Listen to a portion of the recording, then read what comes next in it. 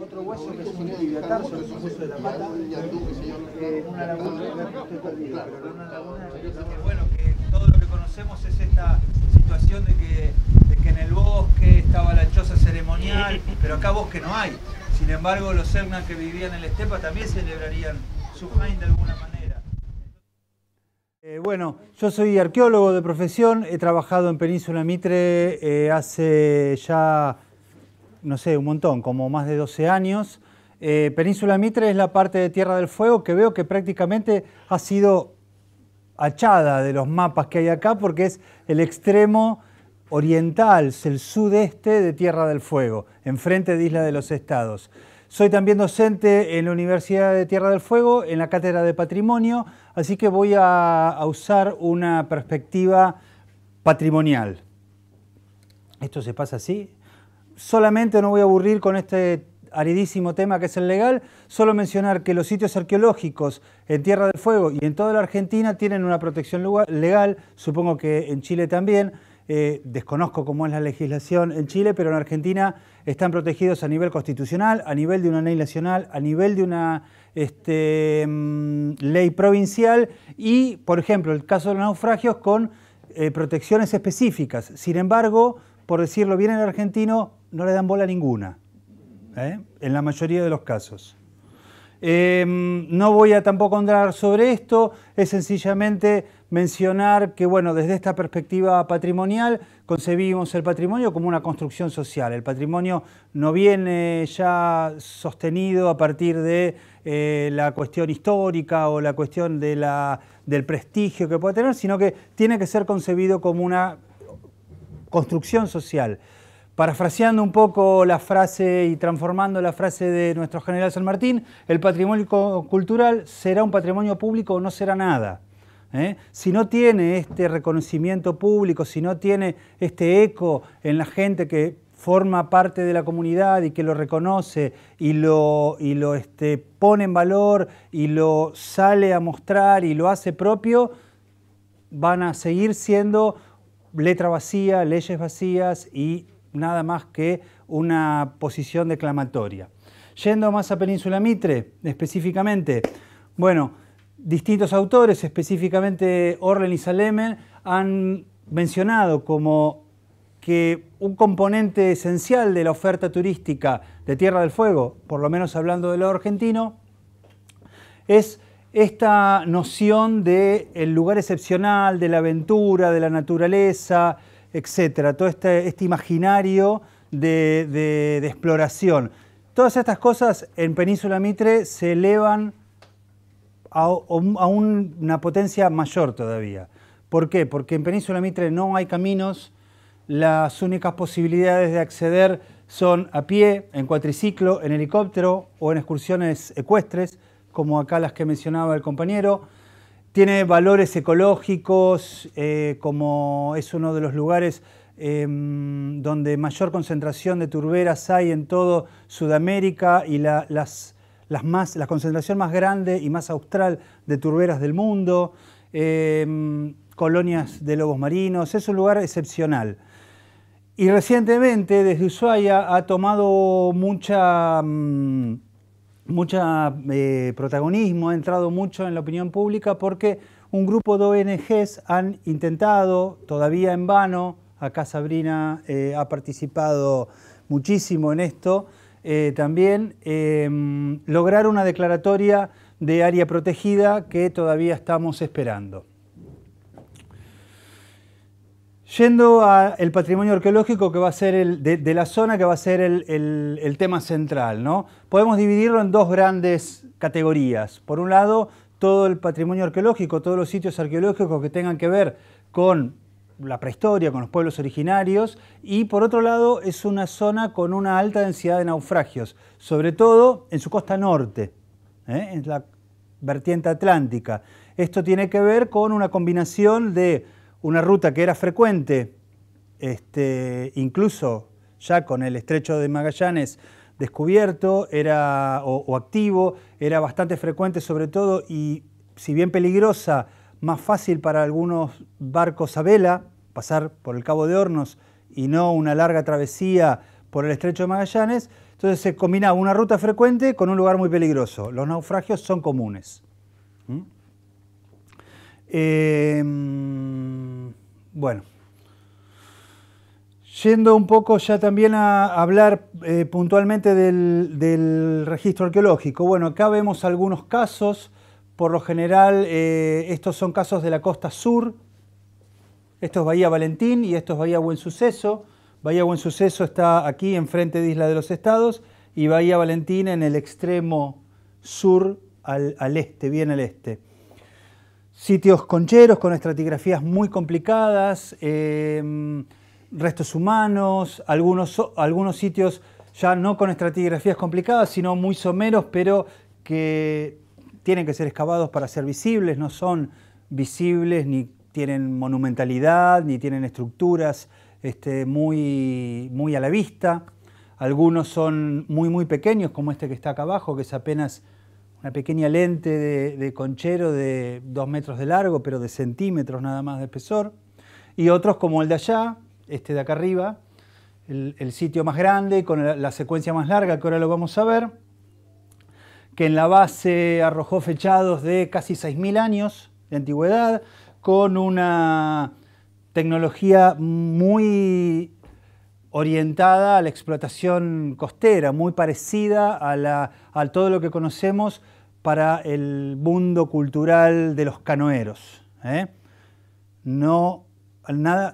esto nos está mostrando una variabilidad bastante más grande, un proceso mucho más complejo que reducir la prehistoria de este lugar a la imagen de los Haush, ¿no? Un grupo emparentado con los Selknam. Acá estamos viendo como lo digo rápidamente y con la licencia que me permitirán los arqueólogos en la sala, una cuña canoera en un territorio que normalmente no estamos viendo como canoeros y nos quedamos en la imagen etnográfica nada más, ¿no? Sitios más tardíos, ya con un cambio tecnológico, empiezan a aparecer puntas de proyectil, como en el resto de la Isla Grande de Tierra del Fuego, otro tipo de tecnología ósea. Aquí la cantidad de sitios se multiplica, de un solo sitio conocido hasta ahora para toda la península. Para el Holoceno Medio pasamos a tener docenas de sitios en los últimos 1500 años, situación también análoga a otros sectores. Algunos ejemplos de patrones de asentamiento, del tipo de información que tenemos. Esto son los relevamientos hechos durante el proyecto que mencionó Jimena hoy a la mañana, el proyecto de la costa atlántica. Esto es Bahía Tetis, esto es Cabo San Diego, el extremo más oriental de la península Mitre. Esto es una zona que se llama Río Leticia y esto es Caleta Falsa, unos kilómetros al oeste del estrecho de Le Maire, ¿no? Bueno, acá lo que vemos es en rojo los sitios grandes, es una escala ordinal nada más. En rojo los más densos y más grandes, en verde las concentraciones, los sitios intermedios y en azul son hallazgos aislados. Lo que vemos es que en algunos lugares hay concentraciones bastante más densas de ocupaciones y de reocupaciones, y en otros lugares lo que llamamos la señal arqueológica es mucho más débil, indicando una menor cantidad de ocupaciones seguramente a lo largo del tiempo. Algunos ejemplos, estos son el tipo de estructuras de sitios más grandes que podemos encontrar. Son llamativas, pero tampoco son tan grandes. Esto tendrá unos 3-4 metros de diámetro y una altura sobre lo que lo circunda. Acá hay una escala humana, ¿no? de 1,5 metros, 1 metro y pico, no mucho más. Y pasando a los naufragios, estos es también un trabajo de relevamiento hecho en este proyecto de la costa atlántica. Cada cuadrado rojo es un lugar donde hay identificado un naufragio, no restos dispersos, sino aquí hubo un naufragio, hay un barco en la costa o un poco más adentro en el mar, pero hay un naufragio. Y lo que vemos a la izquierda es un listado de los naufragios más conocidos que seguramente se dieron en este segmento. El desafío es saber cuál es cuál. Eso en muy pocos casos lo sabemos, porque en muchos casos de estos la información es el naufragado en cercanías de Policarpo, nada más que eso. Entonces, y los restos que encontramos no aparecen con el nombre tampoco, ¿no? Esto es un problema que necesita mucho más trabajo para poder identificarse. No obstante, algunos sí los vamos conociendo. Este es el caso del Purísima Concepción, es una fragata española naufragada en 1765, posiblemente el naufragio más antiguo registrado en la zona.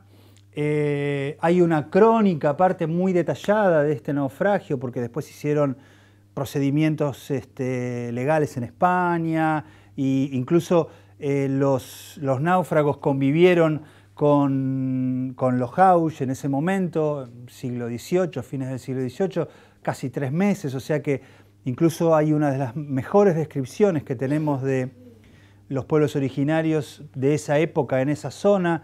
Se cuenta cómo pescaban, cómo se vestían. Es una fuente etnohistórica muy, muy importante.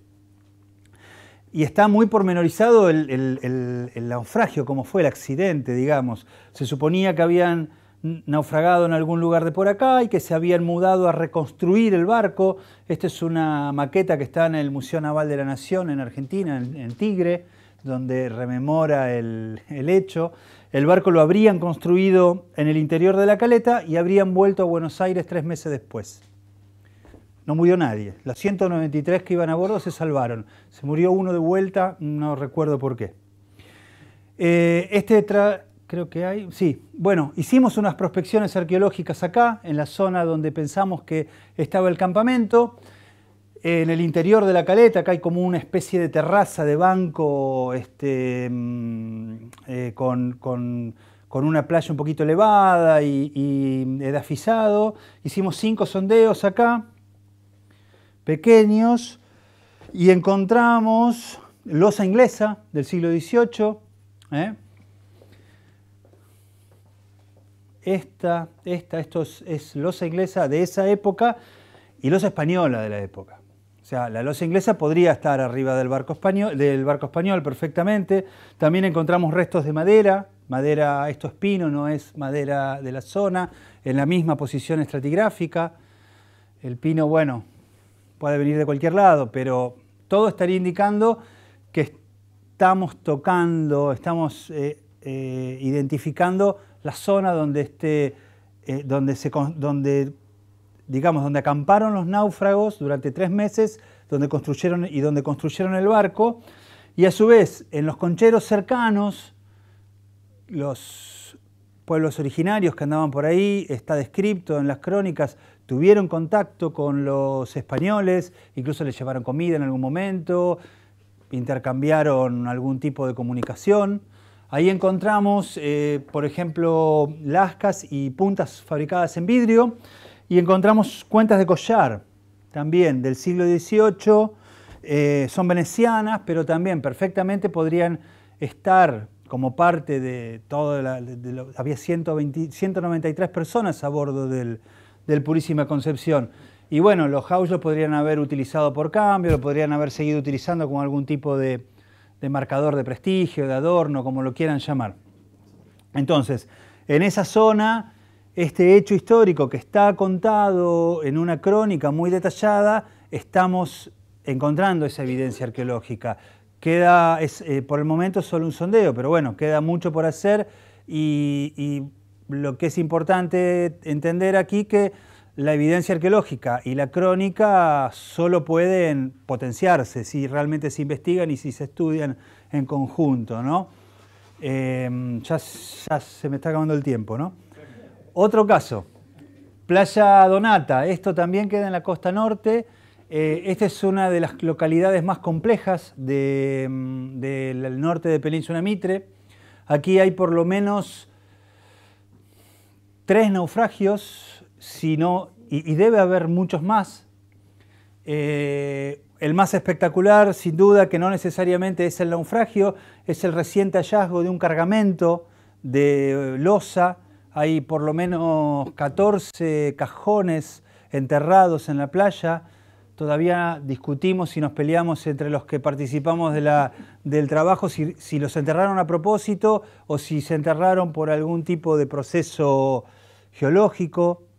Para mí los enterraron a propósito, están muy sanos para estar enterrados por un proceso geológico, están empacadas las cosas. Este lamentablemente fue el primer hallazgo, lo encontró un grupo de cuatriciclistas y el cajón que encontraron lo alteraron totalmente.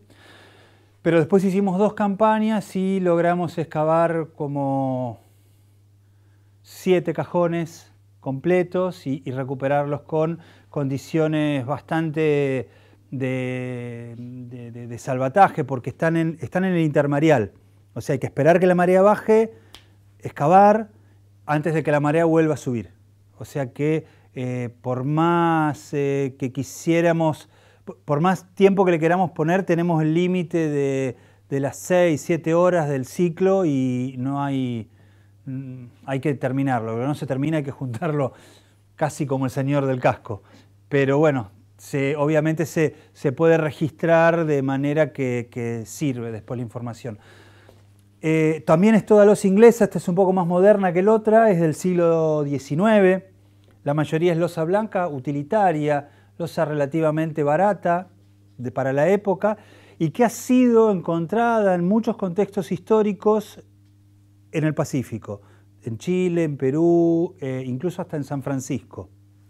O sea que posiblemente haya sido parte de algún tipo de circuito de la época en el cual de Europa iba losa para la cuenca pacífica, ¿no? Este es el vapor Torino, es un barco naufragado en 1905 que pertenecía a la misión salesiana era el barco de Faniano. Faniano lo arrendaba ese barco, no sabemos bien para qué lo usaba todavía. Y también se da en un sitio que llamamos el mástil porque tiene restos de arboladuras de un barco desconocido por el momento. También puntas de vidrio junto con instrumental típicamente arqueológico, ¿no? Bueno, esta es la zona, el sitio del mástil, el lugar donde está, el tipo de hallazgo que encontramos. No voy a ahondar mucho porque ya se acaba el tiempo.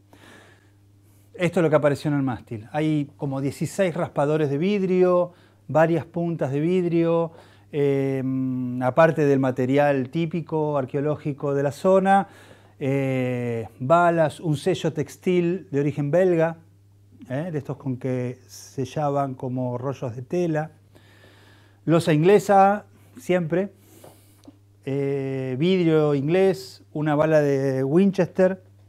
Posiblemente haya más de una ocupación acá, pero por algún motivo ese lugar se está usando y también lo que este sitio nos está mostrando es la interacción entre el naufragio con o sin gente, el naufragio, los restos, y el pueblo, los grupos originarios que aprovechaban las cosas que sobraban, la materia prima.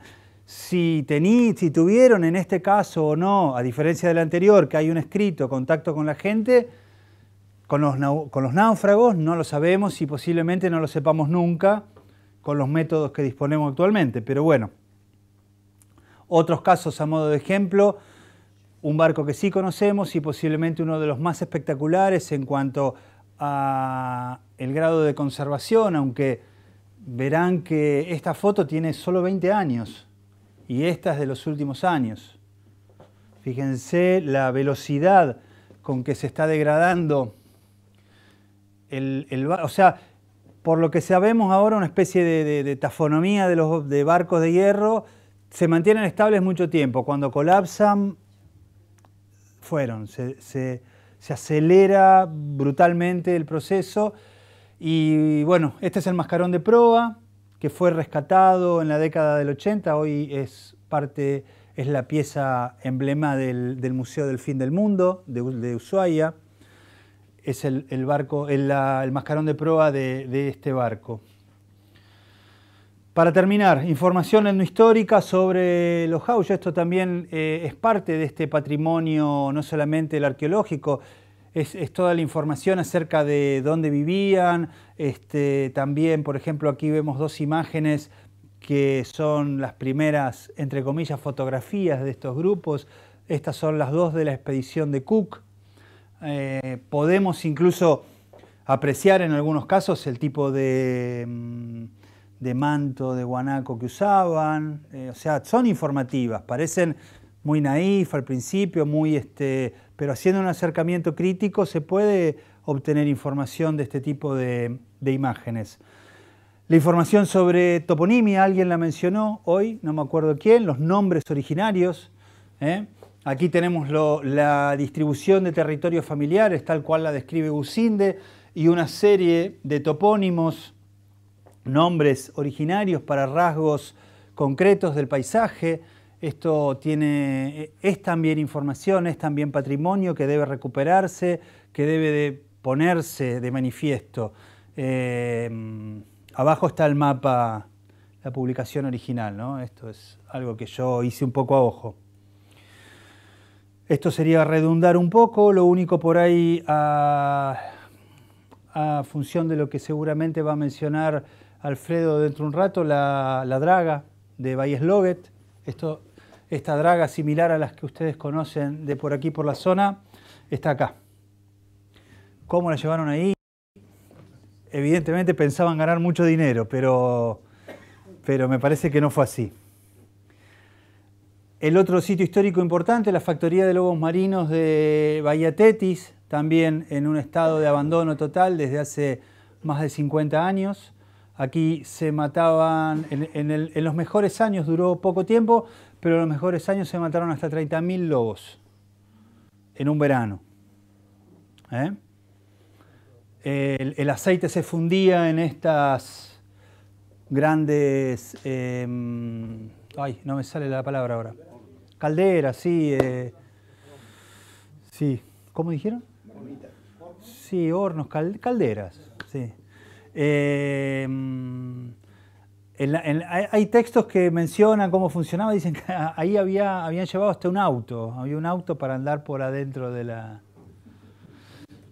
Bueno, y por último, apuntes para una agenda de trabajo. Es importante decir que en Península Mitre está abandonada, en Península Mitre prácticamente no vive gente hoy. Hay solamente un destacamento de la Armada en Bahía Buen Suceso. Hay algún establecimiento en la costa norte donde vive gente en verano y pocos, y regularmente hay solo un tour, un servicio turístico de cabalgatas que hace una cabalgata de 4 días de ida, 4 días de vuelta. Se ofrece como una aventura, porque lo es. Para alguien que no está acostumbrado a andar a caballo es muy dura. Y está esta movida social de parte de Ushuaia de tratar de posicionarlo y de generar el reclamo de que sea un área protegida. Entonces, la pregunta mía como arqueólogo ahí, o la propuesta desde mi parte, es decir, bueno, ya que es un espacio que de alguna manera queda mucho por hacer, o está todo por hacer, tratemos de empezar a hacerlo bien desde el principio. Si bien ya no está todo bien hecho, ¿no? Porque hay un montón de problemas que tienen que ver con el acceso indiscriminado de cuatriciclos que andan sin ningún control por todos lados. La turba es un ecosistema muy frágil, los sitios arqueológicos también lo son, se les pasa por arriba. Entonces, bueno, por un lado me parece que lo que tenemos que pensar es esto que pongo acá arriba, ¿no? O sea, la falta de monumentalidad. Los sitios no son evidentes por sí mismos y hay que dotarlos de un relato, esos sitios. Si no, uno le puede pasar por al lado sencillamente y no verlos, y esto no hace solamente que se pierda uno de ver el sitio, sino que lo destruya. Porque si le pasa en cuatriciclo, le pasa a caballo, le pasa con lo que sea por arriba del sitio, no solamente se pierde de verlo, de apreciarlo. Entonces, hay que evaluar otro tipo de estrategias, hay que empezar a tratar de instalar otro tipo de discurso en Península Mitre que no tenga que ver con esta especie de zona abierta totalmente. Para esto, los arqueólogos, primero que nadie, y esto soy autocrítico o trato de ser autocrítico frente a mi profesión, tenemos que abandonar ese monopolio de que somos nosotros lo que tenemos que decir qué hacer con los sitios arqueológicos. Eso ya no va más. Nosotros podremos aportar mucho, pero por lo menos, no sé, desconozco del todo a fondo la realidad de este lado de la frontera, pero en Argentina a veces es muy común, ¿no? O sea que si vamos a hablar de arqueología, hablo yo y ustedes se callan toda la boca. Esto ya no va más, no puede ir más. Es necesario integrar otras voces, es necesario, como bien decía acá la doctora, es necesario integrar, aquí no hay comunidades viviendo, pero cuanto más actores puedan integrarse en esa discusión de cómo generar, cómo manejarlo, esto tiene que ver también con lo que decía al principio, con esta noción de construir un patrimonio socialmente y no con imponerlo desde el sector académico, ¿no? Esto también implica que hay que poner en práctica algunas vías de investigación, algunas se han nombrado esta mañana el doctor y se han mencionado en algunos casos, ¿no? Tenemos que poner en práctica, identificar el target de turista al que van estos servicios. Tenemos que un poco también lo que preguntaba acá el compañero, o sea, cómo hacer, bueno, la entrevista, la definición de un perfil turístico, identificar los grupos de interés que hay sobre esto. Esto genera, Península Mitre está generando muchas tensiones. Los operadores, los grupos ambientalistas, la sociedad. Ahí hay una tensión emergente que hay que manejar y que no se puede manejar solamente desde el ámbito académico o solamente desde el ámbito económico y desde el ámbito solamente turístico. Hay que sentarse, hay que hablar y hay que encontrar el camino. El camino es un buen plan de manejo que genere recursos, que ponga en valor el lugar, pero que proteja, en este caso, el patrimonio. Lo mismo vale para otros valores de Península Mitre, pero bueno, yo voy a hablar de este nada más. Muy bien. Gracias.